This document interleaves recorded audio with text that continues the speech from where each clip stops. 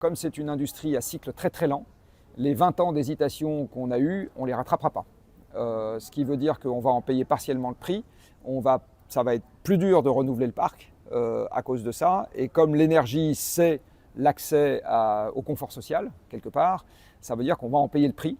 On va en payer un prix sur le plan social. Voilà. Pas au niveau du prix de l'électricité, au niveau de la quantité de biens et de services dont les gens pourront disposer. Au niveau de la quantité de mètres carrés qu'on pourra chauffer, de la quantité de bagnoles qui pourront circuler, etc. On va en payer le prix. Et comme aurait dit Petit Gibus, il ne fallait pas y aller. Et là, maintenant, on y a été, ça va avoir une conséquence et il faudra la gérer.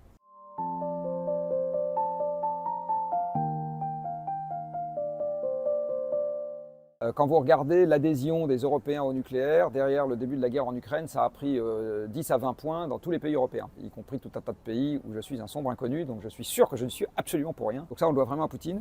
Et de fait, une bonne partie des médias qui étaient, on va dire, de sensibilité de gauche, qui aimaient bien quand même taper un grand coup sur le nucléaire, ont complètement arrêté de le faire. Le Monde ne sort plus de trucs antinucléaires, Libération non plus. Ils ont même sorti un article il n'y a pas longtemps en disant en fait c'est maintenant devenu un peu un combat du passé. Enfin voilà, on peut se demander. Et en fait le papier était sur la BD que j'ai faite avec Christophe Blain, dans lequel on a mis 20 pages sur la question et je pense qu'on la referait aujourd'hui, j'en mettrais 5. Voilà. Parce que en fait je pense que le truc est pour partie derrière nous.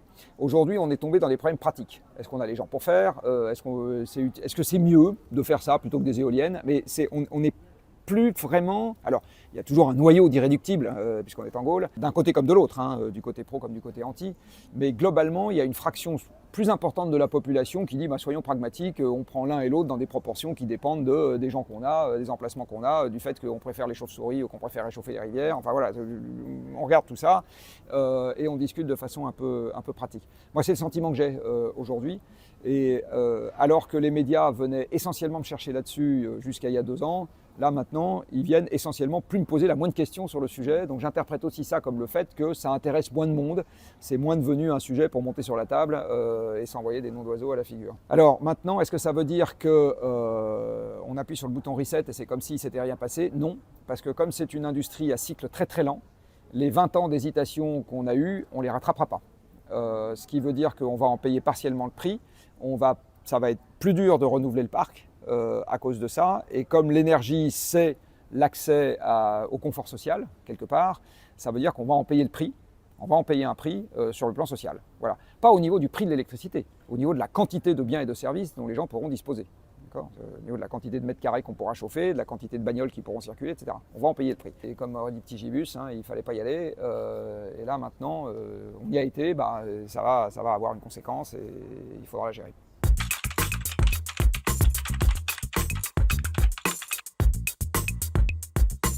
Je voudrais commenter d'abord le chiffre. Vous auriez fait le même sondage 2 ou 3 ans avant, c'est pas sûr qu'il y aurait eu une majorité de jeunes pour. Donc déjà, moi je suis étonné par le fait que c'est beaucoup pour moi dans cette tranche d'âge. Alors après, ce que je peux essayer la manière dont je peux essayer d'interpréter ça. Quand vous êtes écolo, en gros, une des choses qui vous vient à l'esprit, c'est un des revers de la médaille à la technique triomphante. Les problèmes d'environnement, c'est parce qu'on s'est mis à avoir des bagnoles, des centrales électriques, des machins, etc. Et à une époque où vous n'avez pas encore nécessairement les informations techniques, du reste Salomé l'a dit tout à l'heure, on vient par l'affect avant de commencer à regarder les trucs dans le détail, techniquement. Vous mettez tout dans le même panier et donc les centrales nucléaires passent, vous êtes pro-environnement et pouf, les centrales nucléaires passent dans le lot, quoi. Je veux dire, ce qui peut faire sens. Je veux dire, à partir du moment où vous avez une entrée très climat, vous commencez à faire le tri. Alors ça, c'est bon pour le climat, ça c'est moins bon pour le climat, etc. Vous avez un autre prisme. Et comme je l'ai dit tout à l'heure, moi je suis venu à l'environnement alors que j'avais déjà beaucoup plus d'années que d'être jeune, et j'y suis venu par curiosité intellectuelle. Donc en fait, je m'intéressais d'abord aux faits et aux chiffres avant de commencer à en faire un sujet de comportement humain et de m'intéresser à la partie beaucoup plus émotionnelle, affective, psychologique de l'affaire, sociologique de l'affaire. Ce rejet un peu plus marqué, sans être extrêmement fort, des jeunes pour le nucléaire, moi je l'interprète comme ça. C'est que ça rentre dans... En gros, je m'oppose aux vieux cons technophiles qui m'expliquent qu'il n'y a pas de problème. Voilà, il y a aussi probablement un fait générationnel qui rentre là-dedans. Moi, si je peux rebondir sur la question du nucléaire, je pense que tous ces jeunes ne sont pas forcément informés en fait sur exactement quels sont les tenants et les aboutissants de ce qu'est le nucléaire. Et le nucléaire, pour moi, ça a été longtemps et c'est encore un objet de diversion parce que ça divise Et ça arrange beaucoup que ça divise. D'ailleurs, c'était le seul moment pendant le débat présidentiel entre Emmanuel Macron et Marine Le Pen où on a parlé d'écologie, on n'a parlé que d'énergie.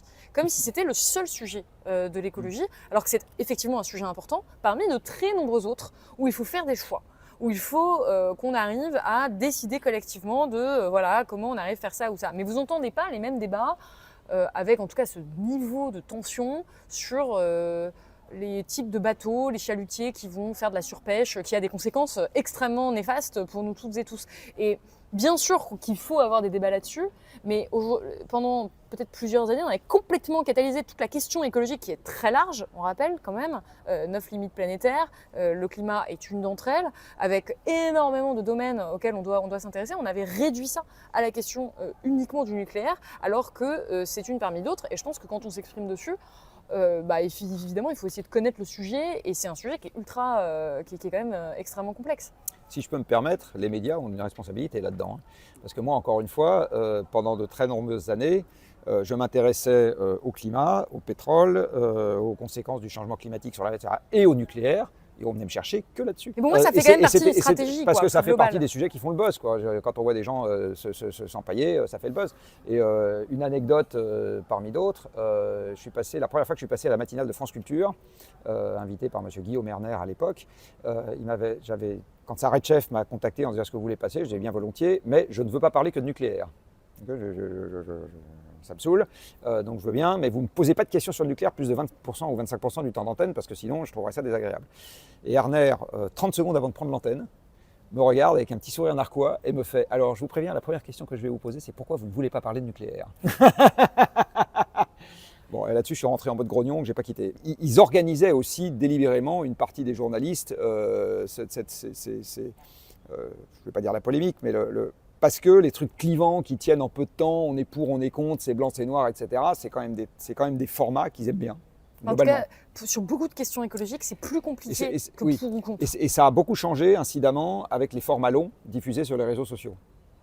Parce que le format court, quand on a quelques minutes à la radio, quelques minutes sur un plateau de télé, etc., ça pousse à la radicalité, fatalement.